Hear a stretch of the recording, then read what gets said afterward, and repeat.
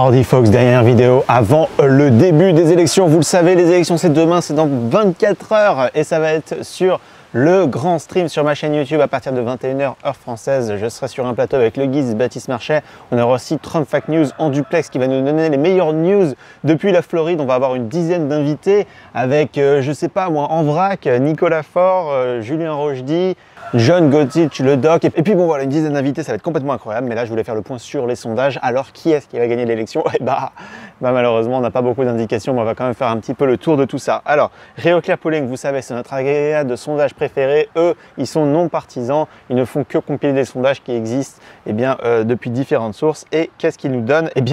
Ça, c'est un peu la surprise. Trump remporterait le vote populaire, ce qui serait un peu incroyable. Alors sa marge est très faible, hein, c'est 0,1 point, c'est quand même pas grand chose, mais vous savez qu'aux États-Unis, il ne faut pas remporter le vote populaire, il faut remporter le vote au niveau des États, mais ce serait assez surprenant que Trump remporte le vote populaire quand même. Alors vous voyez qu'il y a beaucoup de sondages qui les donnent à égalité, notamment New York Post, NBC News, et certains sondages qui donnent avantage Trump, un type par exemple +1, Atlas Intel, Trump +2, ça c'est le plus surprenant parce que vous savez qu'Atlas Intel a été le sondeur le plus précis de l'année de 2020. Aussi le deuxième sondeur le plus précis de 2020 c'était Rasmussen et eux donnent aussi Trump +2. Donc vous voyez, les deux sondeurs les plus précis de 2020 donnent Trump remportant le collège électoral même assez largement. Mais pour être honnête, il faut quand même souligner qu'il y a des sondages qui donnent Harris remportant le collège électoral, ABC News +3, qui est ce qu'on a d'autre, Morning Consult +2. C'est marrant parce que Morning Consult, il donnait Harris +5 et là, dans les 2 dernières semaines, ils sont passés de +5 à +2. C'était le sondeur le plus pro-Harris de cette élection. Maintenant, ils se sont un petit peu calmés. Si on regarde par rapport à 2020, à la même époque, Biden était à +6,9 et Clinton en 2016 était à +3,2 et là, je vous rappelle qu'on est à Trump +0,1, donc vraiment presque égalité entre les deux.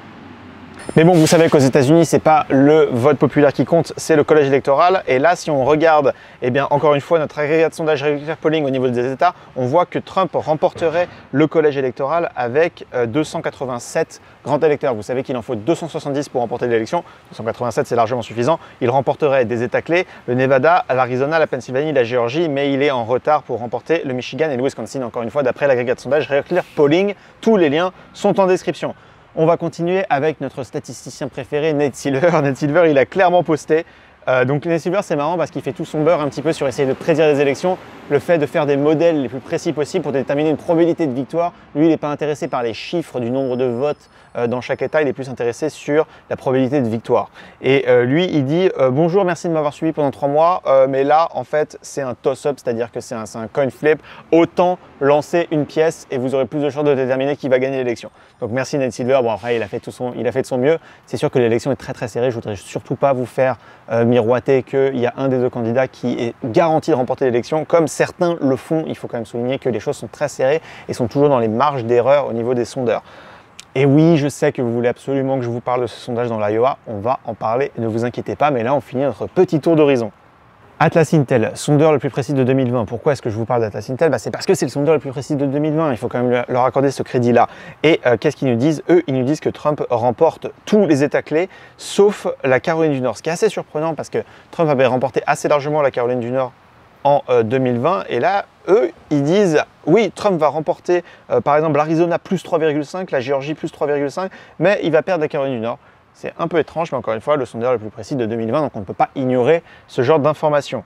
En parlant d'informations qu'on ne peut pas ignorer, c'est ce sondage dans l'Iowa que vous avez vu, un sondage Seltzer qui dit que Harris remporterait l'Iowa +3.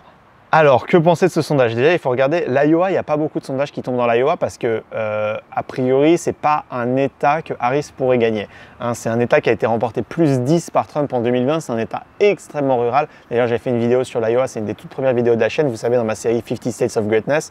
C'est quand même très probable que Harris remporte l'Iowa. Et là, il y a ce sondeur qui a une excellente réputation. C'est un sondage qui a été commandé par le Des Moines Register, qui est un journal. Alors, je vois, il y a beaucoup de gens qui disent « Ah, mais c'est un journal qui le fait, donc c'est pas sérieux. » Non, c'est pas le journal qui a fait le sondage. Hein. Ils ont demandé à un institut de sondage qui s'appelle Seltzer de faire ce sondage. Et ces gens-là ont une très bonne réputation parce qu'ils étaient assez précis pour prédire la victoire de Trump dans l'Iowa en 2020. Ils l'ont prédit à 1,2 points près, ce qui est assez exceptionnel dans un État comme ça, où c'est très difficile d'avoir des échantillons, parce que c'est pas les États qui ne sont pas clés, c'est très difficile de mesurer précisément dans ces États-là. Il n'y a pas beaucoup de gens qui on va dire, perdre de l'argent à faire des sondages dans des États qui ne vont pas trop influer dans la balance. Mais là, donc ce sondeur, avec leur extrême bonne réputation, disent que Harris remporterait l'Iowa. Je suis tombé sur ce mème que j'ai trouvé très très drôle. C'est voilà en fait à quoi ressemble l'Iowa. Donc il y a cette femme qui conduit un tracteur, parce qu'évidemment c'est un coin des États-Unis très très rural. Mais c'est quand même assez surprenant. Moi je vais vous dire clairement ce que j'en pense. Il n'y a pas beaucoup de sondages dans l'Iowa, mais vous voyez ce sondage Seltzer dit Harris plus 3. Les autres sondeurs, Emerson dit Trump plus 9 et SoCal Strategies disent Trump plus 8. Signal dit Trump plus 7. Trump, encore une fois, a remporté l'État à plus 10 en 2020. S'il y a une victoire de Harris dans l'Iowa, bah, ce serait une très très grande surprise. Et qu'est-ce que ça veut dire pour la suite? Il y a ce tweet, quelqu'un a essayé de projeter. Donc, si effectivement tous les sondeurs sont en train de se tromper et d'être favorables à Trump, et qu'on décale donc cette avance dans l'Iowa, dans les sondages, et qu'on la répercute sur tous les autres États, qu'est-ce que ça veut dire?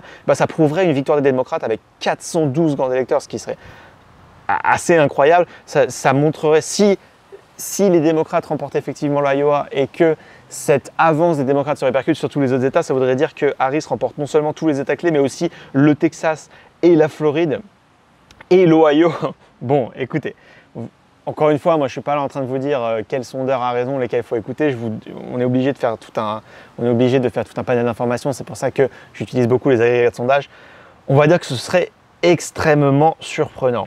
Mais alors, comment est-ce qu'il justifie le fait que Harris serait en avance dans l'Iowa? Qui sont ces fameux électeurs? Qui sont ces fameux électeurs qui ont voté pour Trump en 2020 mais qui vont voter pour Harris en 2024?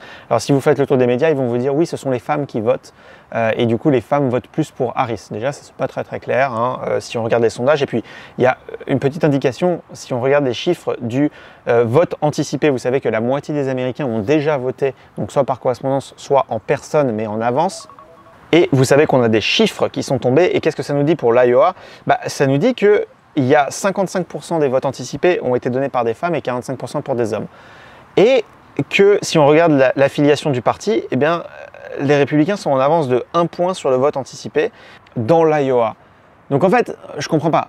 Les républicains sont en avance dans l'Iowa et il y a plus de femmes que d'hommes qui ont voté dans l'Iowa. Du coup, on dirait que les femmes ont voté pour Trump, pour le candidat républicain.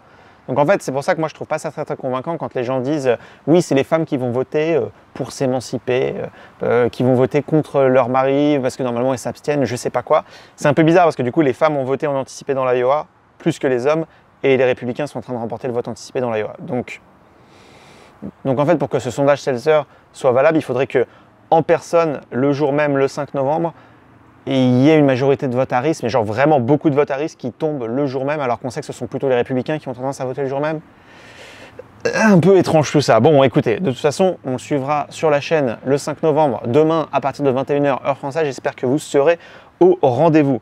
On va être en live pendant plus de 10 heures avec des invités. On va suivre l'avancée des dépouillements. On a des chroniques incroyables avec des invités vraiment qualifiés qui vont vous présenter tout ça. Je vais être dans un studio professionnel avec une équipe technique, avec le guide Baptiste Marchais. On aura Trump Fact News en ligne et puis on aura cette dizaine d'invités dont je vous ai parlé.